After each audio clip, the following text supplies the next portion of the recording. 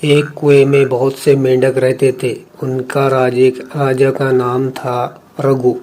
रघु बहुत झगड़ालू स्वभाव का था। आसपास दो तीन और भी कुएं थे, उसमें मेंढक रहते थे। हर कुएं में मेंढकों का अपना राजा था। हर राजा से किसी न किसी बात पर रघु का झगड़ा चलता था। वो अपनी मूर्खता से कई गलत काम करने लगता और बुद्धिमान मेंढक रोकने की कोशिश करता तो मौका मिलते ही अपने पाले गुंडे मेंढकों से पिटवा देता। कुएं के मेंढकों के भीतर रघु के प्रति रोष बढ़ता जा रहा था। घर में भी झगड़ों से चैन न था। अपनी हर मुसीबत के लिए दोष देता। एक दिन रघु पड़ोसी मेंढक से खूब झगड़ा, खूब तू मैं हुई। रघु ने अपने कुएं में आकर बताया, पड़ोसी राजा ने उसका अपमान किया है। अपमान का बदला लेने के लिए उसने अपने मेंढकों को आदेश दिया कि पड़ोसी कुएं पर हमला करे। सब जानते थे कि झगड़ा रघु ने ही शुरू किया होगा। सैनों, मेंढकों ने तथा बुद्धिमानों ने एकजुट होकर एक स्वर में कहा, राजन, पड़ोसी कुएं में हमसे दुगने मेंढक है। वे स्वस्थ हमसे अधिक ताकतवर है। हम ये लड़ाई नहीं लड़ेंगे। रघु ने सन रह गया और वो बुरी तरह तिलमिला गया। मन ही मन में उसने ठान लिया कि इन गद्दारों को भी सबक सिखाना होगा। रघु ने अपना बेटे को बुलाकर भड़काया, बेटा, पड़ोसी राजा ने तुम्हारे पिताश्री का घोर अपमान किया है। जाओ पड़ोसी राजा को बेटों को ऐसी पिटाई करो कि वो अब पानी मांगने लगे। राजा से खूब झगड़ा, खूब तू मैं हुई। रघु ने अपने कुएं में आकर बताया, पड़ोसी राजा ने उसका अपमान किया है। अपमान का बदला लेने के लिए उसने अपने मेंढकों को आदेश दिया कि पड़ोसी कुएं पर हमला करे। सब जानते थे कि झगड़ा रघु ने ही शुरू किया होगा। सैनों, मेंढकों ने तथा बुद्धिमानों ने एकजुट होकर एक स्वर में कहा, राजन, पड़ोसी कुएं में हमसे दुगने मेंढक है। वे स्वस्थ हमसे अधिक ताकतवर है। हम ये लड़ाई नहीं लड़ेंगे। रघु ने सन रह गया और वो बुरी तरह तिलमिला गया। मन ही मन में उसने ठान लिया कि इन गद्दारों को भी सबक सिखाना होगा।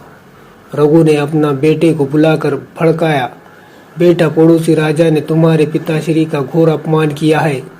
जाओ पड़ोसी राजा को बेटों को ऐसी पिटाई करो कि वो अब पानी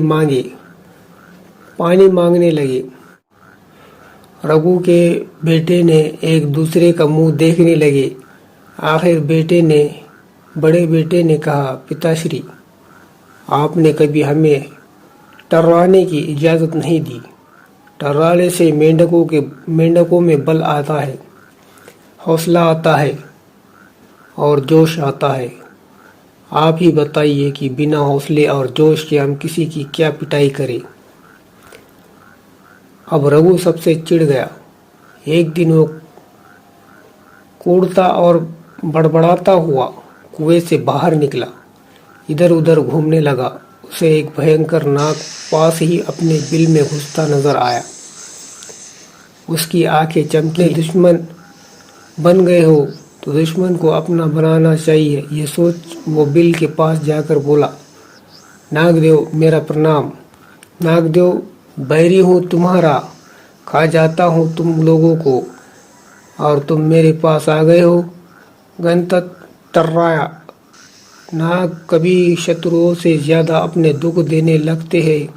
मेरा अपनी जाति वालों और सगों से इतना घोर अपमान किया है कि उन्हें सबक सिखाने के लिए मुझे तुम जैसे शत्रु के पास सहायता मांगने आना पड़ा है। मेरी दोस्ती स्वीकार करो और मजे करो।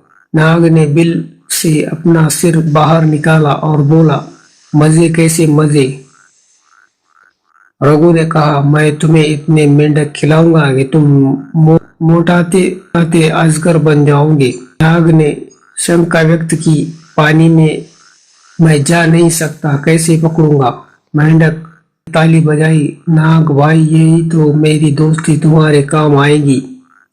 मैंने पड़ोसी राजाओं के कुएं पर नजर रखने के लिए अपने जासूस मेंढकों से गुप्त सुरंगें खुदवा रखी है। हर कुएं तक उनका रास्ता जाता है। सुरंगें जहाँ मिलती है वहाँ एक कक्ष है। तुम वहाँ रहना और जिस जिस मेंढक को खाने के लिए कहो उन्हें खाते जाना।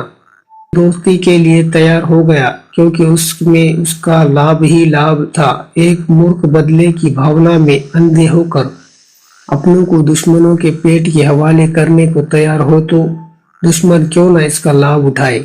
रघु के साथ सुरंग कक्ष में जाकर बैठ गया। रघु ने पहले सारे पड़ोसी मेंढक राजाओं और उनकी प्रजाओं को खाने के लिए कहा। कुछ सप्ताहों में सारे दूसरे कुएं के मेंढकों से सुरंगों के रास्ते जाकर खा गया। जब सब समाप्त हो गए तो नाग गंगा रघु से बोला, अब किसे खाओ, जल्दी बताओ, 24 घंटे पेट आदत पड़ गई है। रघु ने कहा, अब मेरे कुएं से सभी सयाने और बुद्धिमान मेंढकों को खाओ। खाए जा चुके थे। प्रजा की बारी आई। रघु से सोचा, प्रजा की ऐसी की तैसी हर समय कुछ न कुछ शिकायत करती रहती है। उनको खाने के बाद नाग ने खाना मांगा तो रघु बोला, नाग मित्र, अब केवल मेरा कुंभा और मेरे मित्र बच्चे और खेल खत्म और मेंढक हजम। नाग ने फन फैलाया और फुकार के लगा, मेंढक मैं अब कहीं जाने का, तुम अब खाने का इंतजाम करो वरना। रघु की बोलती बंद हो गई। उसने नाग को अपने मित्र खिलाए। फिर उसके बेटे नाग के पेट में गए। रघु ने सोचा कि मैं और मेंढकी की जिंदा रहे तो बेटे और पैदा कर लेंगे। बेटे खाने के बाद नाग फुंकार और खाना कहा। रघु ने डरकर मेंढकी को और इशारा किया। रघु ने स्वयं के मन को समझाया, चलो बूढ़ी मेंढकी से छुटकारा मिल जाएगा, जिसे युवा कर नया संसार बसाऊंगा। मेंढकी को खाने के बाद नाग ने मुंह फाड़ा। रघु ने हाथ जोड़े, अब तो केवल मैं बचा हूँ, तुम्हारा दोस्त रघु, अब लौट जाओ। नाग बोला, तू कौन सा मेरा, और उसे हड़प गया। सीख, अपनों से बदला लेने के लिए शत्रु का साथ लेता है उसका अंत निश्चित है।